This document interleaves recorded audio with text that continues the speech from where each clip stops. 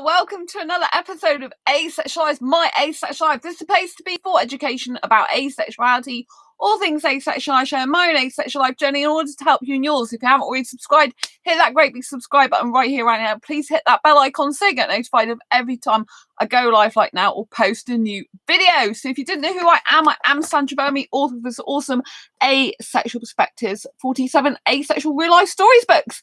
The description is down below. So, or shall I say where to get it from is down below in the description. So today I am reviewing Jurassic World Fallen Kingdom. Jurassic World Fallen Kingdom. So this is the sequel to Jurassic World 3D. Now, as always, if you don't like spoilers, if you don't want to know what's coming up and you've not seen Jurassic World Fallen Kingdom yet, don't watch this video. But otherwise, if you love movie reviews, you like knowing the inside stuff, then do watch this review. So obviously I've watched Jurassic World and I was really excited today to pick this Jurassic World Fallen Kingdom Blu-ray up. I got this from Poundland actually, which was £2. It said it was new, but I've actually seen the movie before. I remembered a lot of the movie from before, so I must have seen it on the cinema and forgot I'd seen it. But basically, yeah, Jurassic World Fallen Kingdom is amazing, right? Because it is the sequel to this. So this movie starts off with the main characters, and it starts off with the two main characters, as you know. Chris, that's played by Chris Pratt, and that's played by Rice. But you know, that's their real names. But anyway, yes, in Jurassic World Fallen Kingdom, we start off with these two main characters of where they left before in the previous movie. So before in the previous movie, if you remember, there was a theme park, and the Indominus Rex got out and caused havoc all over the theme park. And there was lots of other dinosaurs that then decided to get, you know, that got loose and caused havoc and injury to a lot of the people who were in the theme park. And one of the dinosaurs actually ate the woman who was meant to take care of the kids, right? So in Jurassic World, we pick this storyline up where it's a fallen kingdom. So basically it's picked up where the theme park is a load of debris. Basically it's derelict, you know, no one's there anymore. And they go, and from the Indominus Rex, there's these people who go down in a submarine and try and cut a bone off the skeleton of the Indominus Rex so they can get the DNA, so they can create another Indominus Rex or something else, right, with the DNA. So this is how the movie starts off. And what's happened is the dinosaurs that's still on the island where the theme park was, has got a volcano on it, and the volcano's about to erupt and kill all of the dinosaurs off. And so they decide that they're going to go and rescue as many dinosaurs as possible. And Claire, this is Claire, basically played by Bryce, but Claire's her name there. So basically in the movie, she's very brave in the movie. I love her character. She's such a strong, super strong woman. I really love the female characters in Jurassic World. Even there's a girl in it as well, and she's amazing as well. Really strong female character. I do love the female characters in this movie. They're very, very, very strong, and I think that's what we need more of, strong women in movies. I hate it when they stereotype women into being little bimbos. It really annoys me. So I really like Claire. She's really powerful. Obviously, loads of guys would find her attractive, but she's powerful and strong in her own right as well. So she's got kind of those manly action traits as well, which is really nice. I like to see that in a movie. So anyway, there's like it goes back to some of the origins of the original Jurassic Park. I didn't pay so much attention back then because I'm more interested in modern stuff than the older stuff. Anyway, so she basically gets asked to go in, you know, she's got these people behind her that's apparently going to help her rescue as many dinosaurs as possible. And Jeff Goldblum is in the movie. So he's like in the original Jurassic Park movie, and he's back, you know, in this movie. So it's really amazing. And he's in like this courtroom saying that, you know, the ethics and morals, you know, basically science and ethics don't mix together, you know. And then Jeff Goldblum, who's obviously playing a character, his original character in the movie, in this court, is saying basically to let the dinosaurs die because man has tampered with DNA, and science and ethics just don't go together anymore because you're basically building weapons, and just let them all die and they'll die out, and basically that'll be the end of it. But of course, Claire's got a love for the dinosaurs. She doesn't want to see them end, so she goes and wants to rescue them. And she lists him. And so, yeah, so the movie comes where they've split up. Basically, he is just a trader again. And she's meant to be, I think, with an accountant. I don't know if that's true, or if he just made a joke saying, "Oh, well, what you're with that accountant now, or with an accountant now." So it might not have been true, because 3/4 away through the film they do have a kiss again. So, but you know what it's like. All the drama does bring tension and emotions high. So obviously, you know, you kind of expect that in a movie. But you never hear anything more about this accountant. So I don't know if she actually wasn't an accountant, or if he was just like, you know, basically saying, "Oh, you're with some posh nosh type person now, are you?" You know what I mean? So anyway, so they go together with these bunch of people to apparently rescue the dinosaurs. But unfortunately, Claire doesn't realise that these people who say they're going to help her rescue dinosaurs are actually like criminals, because they are capturing the dinosaurs to then sell them and make millions and millions of pounds off them. And so they've got this entire operation going on where they've got this like mansion, and they have they've built a new robot, which is an Indominoraptor, and it's crossed between Indominus Rex, is that how you pronounce it, and a raptor, basically. And so they got this even new futuristic dinosaur that's like a killing machine, like a weapon, designed to kill people. And so, you know, and you see partway through the movie, when they've rescued the dinosaurs, as many as they can, that they're trying to do this bidding war with all these weird looking people who are going to be like owners of these dinosaurs, you know. And so it's quite frightening. You're thinking what they're going to do with all these dinosaurs. And one part of the movie I was really, really sad about is when they were when the volcano was erupting and they got as many dinosaurs off the island as possible. There was this one really cute dinosaur that you saw in the beginning, and you literally saw the lava come down, and it was it was wailing, and you wanted to save it, and it was dying in the lava until basically you just saw its shadow. And that was really emotional and distressing for me. I hated that part of the movie. I have to say, it's the worst part of the movie. It was really distressing for me. I mean, I know it's animatronics and stuff, but I really got, you know, I really feel for these animals. I'm a sensitive girl, what can I say? So it's like really, really upsetting. And I'm like, no, you can't do this. It's really emotional. Of course, they're trying to get emotions out of you, but it really is emotional and heart-wrenching. You know, it's because of the sound effects as well. They've got such realistic sound effects of like basically, you know, a dinosaur that looks so cute dying and it's wailing, and you want to really save it and rescue it, and you just want to be in floods of tears at the same time. So I really hated that part of the movie. I think it's quite clever the way they've done it, as in the silhouette of the dinosaur dying into the lava. I think, you know, if you're looking at special effects and you're taking emotion out of it, it's very cleverly done.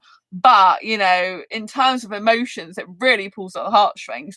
But there are some really good, before they get off the island as well, Claire has to get off the island with him. And there's also some other characters in there as well.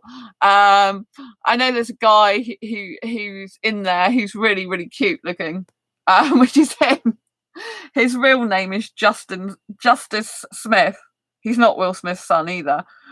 And he's an American actor, and he's so cute. He's really cute. And he plays like he can hack into systems. He's like an IT guy. I'm really attracted to him. I kept wanting to kiss him throughout the movie. He's 26 now, so he would have been 23 in the movie, 23 or 24. And I'm like, oh my God, I really want to kiss you. It's like, you know what I'm like with young foreign-looking guys with short dark hair, clean-shaven, and cute glasses. Yeah, so it's like it's the thing I want to kiss you. Oh, it's quite funny. But yes, anyway, so there's a gyroscope thing that comes, or gyrosphere, is it? Gyrosphere that comes, gyrosphere, I think it's called, that comes back in the movie, and Claire and him end up going in it. And it's really quite good special effects. And I've seen on these, you get to see the outtakes, like the special features, you know, the extras. And I didn't realise, but when they went on that gyrosphere, they actually built part of a roller coaster. Well, it was a roller coaster. It was the end bit, the most steep bit to film that. So Bryce, who plays Claire, and this guy, the actor Justice, who obviously plays the character, they're going down this hill at a really top speed. But the actual bit where they're meant to drop off and go into the water, like in a like kind of in a waterfall, they have to go off a cliff in this gyrosphere. Basically, they actually filmed that on where they built a roller coaster, and it was just like it went and then dipped straight down like that and whoosh, and oh my god, so I was shocked because they did their own stunts, and they did that on purpose to get that dramatic effect of their faces dropping into water. And then so at the behind the scenes, they were doing this, like I said, they were doing this roller coaster, like real roller coaster. I'm like, oh my god, that was really scary. I think it was a 30-foot drop or something, so it wasn't a huge drop. It's kind of like straight down. Yeah. So anyway, it was like, yeah, it was really clever, and they actually went underwater to film. They filmed underwater, like in this big swimming pool type thing, but you know, it was still filmed underwater because the gyrosphere goes in water, and I'm like, oh my god, they're really under the water. Like, so yeah, I think the actors are really good, and actresses are really good in this movie. So yeah, the dinosaurs, basically, they, you know, when they've rescued as many as they can, then there's some really funny, there's a funny scene as well, a really good scene where he has actually been tranquilized because he was trying to get Blue off the island, but he was double crossed because they got left behind. Originally they were going to be left behind. This is why Claire and this guy ends up in a gyrosphere, because they're trying to get off the island and not be burnt by the lava with the dinosaurs, and he's trying to get off the island with them. But there's one part where he's trying to get Blue, because in the beginning of the movie, they think these people are on their side. They're trying to capture the dinosaurs and help them. And you only find out it's not the case when he gets tranquilized. He gets tranquilized like a dinosaur. So they shoot Blue, which is kind of really sad. Blue does live, by the way. But that was kind of sad. So they shot Blue and they tranquilized him. And there's this really funny part in the movie. It's not funny, it's quite intense, because there's lava coming down. He's been like shot with an arrow, so he can barely move. So he's like trying to roll across the floor where his leg is like flipping over his back, and he's just like, basically, it's such good acting because he can't move his full body. So he can only do little movements, but he has to get away from this lava or will be burnt to death. So he's kind of like flipping over a little bit and rolling over, and it's quite intense. So I really like that as well. But yeah, once they've got off the island, they end up, these dinosaurs end up going to this mansion type place, which is where Claire originally went in the beginning of the movie, because she thought these people were going to help her there. And yeah, and what ends up happening is they've got this mansion, but they've got this all floor, 3 floors down, that's got this in a cross between the Indominus Rex and a raptor. So it's Indomino Raptor, Indom Raptor or something like that. And it's basically an Indominus Raptor. Indoraptor, that's it. And so yeah, and when they're doing the bidding wars, this thing is like a killing machine, and so it's really difficult. But yes, there's a lot of good acting in it. The dinosaurs are incredible. Of course, you know, he has to save the day by getting free. This really funny dinosaur busts through the walls of their like prison cell where Claire and him is, and that's how they get free of the prison cell. and so this little dinosaur's really funny. It like bashes everything with its head through brick walls, just doesn't care what it is. And this is the first dinosaur that gets loose. And this is how they get able to stop this bidding war eventually, because he steps up to the plate, and the little dinosaur goes in and headbutts a lot of the bidders, and the bidders go flying everywhere, which is really funny. And then he gets in there and he has to fight a lot of them, a lot of the armed guard people downstairs at the bidding war. He has to fight a lot of them in order to be able to get to the killing machine raptor, Indoraptor, I should say, and basically get it out of the cage so it doesn't go off to the person, because if that thing gets loose in the world, it's a killing machine, And then, eventually they have to make a decision at the end. Now they've got all these dinosaurs. They set the dinosaurs free within the mansion, but the mansion has got a gas that's leaking, and it's about to kill all those dinosaurs they've saved in the end of the movie. And they have to decide whether to let the dinosaurs live and roam free around basically just roam free around the whole country, with people, or whether they keep them contained and die in there. And there's a subplot where this girl is in the movie, and it's not them that sets it free, it's a girl, because you find out that basically the girl's born of DNA as well. She's not actual, she's very similar to the dinosaurs, and the fact she was born from DNA samples, she's not like born naturally. And that was a twist at the end, which I presume is going to be following on the next third movie, because this is like a trilogy. So you got this one, and then there's meant to be a third as well. So yeah, I think it's very good movie. I really liked it. I did watch this one the other day, so I'd already prepared myself because I watched that one recently and then was watching this one. I definitely would go and watch it. I definitely hire it or watch it on Netflix, or if it's on Netflix, watch it wherever you can. And I think it's a really good movie. No sex in it whatsoever. They have one kiss in the movie, so if you're not into kissing but you can just about stand one kiss, they have one kiss in the movie. But you can tell they're really good friends in the movie, and behind the scenes they were really good friends as well, because she's got children in real life and he's got children. So thanks for the thumbs up, lots of love to you. So so I just thought they got on really well behind the scenes. You can see they got on really well. And I think that comes across as a camaraderie in the actual movie itself. So these two got very good friendship chemistry, I think, a lot of the time. And I think that really comes through in the movie. And that's what makes the movie even more magical. You feel like they're really best friends in the movie. You obviously feel there's some like attraction there between them throughout the whole movie. There's kind of like underlying attraction, but you also feel, especially more in this movie, even this movie, right? I think this movie's more instant attraction. I really fancy you. But in this movie, it's a bit more like familiar love, familiar chemistry, familiar friendship, if you know what I mean. And so I thought that came across really well in the movie. Like they clearly like care about each other in a genuine level. So I thought their kind of feelings for each other grew more maturely in this one, even though they didn't show specifically them in a relationship in the beginning, because they got them separated again. You always know that really they're meant to be together. You're like, what's going on? Just get together.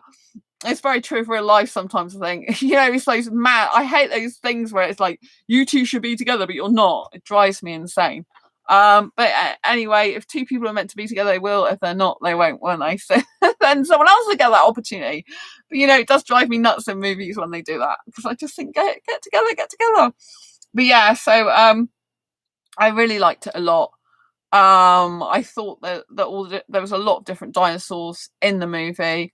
Lots of different characters, if you like. They did say behind the scenes that they tried to create like every dinosaur to have a character, like a personality, and I think that did come across in this one as well. So definitely watch this. If you haven't already seen the first movie, see Jurassic World 3D first, and then go on to see Jurassic World Fallen Kingdom. I really did like it. No sex in either movie, because I'm asexual. I lack sexual attraction. I'm nudity and sex repulsed, so I don't like anything like that. There's no nudity, no sex in it. And like I said, there's one kissing scene. So if you're an aromantic asexual, someone who doesn't experience romantic attraction or sexual attraction, and you want a movie that's, you know, like not got much romance in it, there clearly is a bit of romance between them, but I think it's more tolerable because there's a lot of friendship between the main characters, and that's what it's all about, really, isn't it? So anyway, go and watch it if you haven't already, and I'll look forward to seeing you on the next video live stream. I do have more movie reviews coming up, so I'll see you soon. And don't forget to subscribe if you haven't already, and hit that great big bell icon. See you soon. Take care. And don't forget to comment below what you thought of these movies, particularly the Fallen Kingdom that we're talking about. And if you've seen it, like, let me know your thoughts. Did you like it? Did you not like it? Did you think it was, you know, what did you really think was its strong points? What did you think was its weak points? Did you find it sad as well when the dinosaurs were like, you know, like they rescued as many as they can, but they left them behind, the other ones, and they were like, oh, dying. It's horrible. But obviously the ending's good. It's quite interesting, isn't it? So yes, let me know what you think. Anyway, subscribe if you haven't already. Like I said, hit that bell icon so you get notified of every time I go live like that or post a new video. I'll see you on the next video live stream. Lots of love. Take care to you. Bye.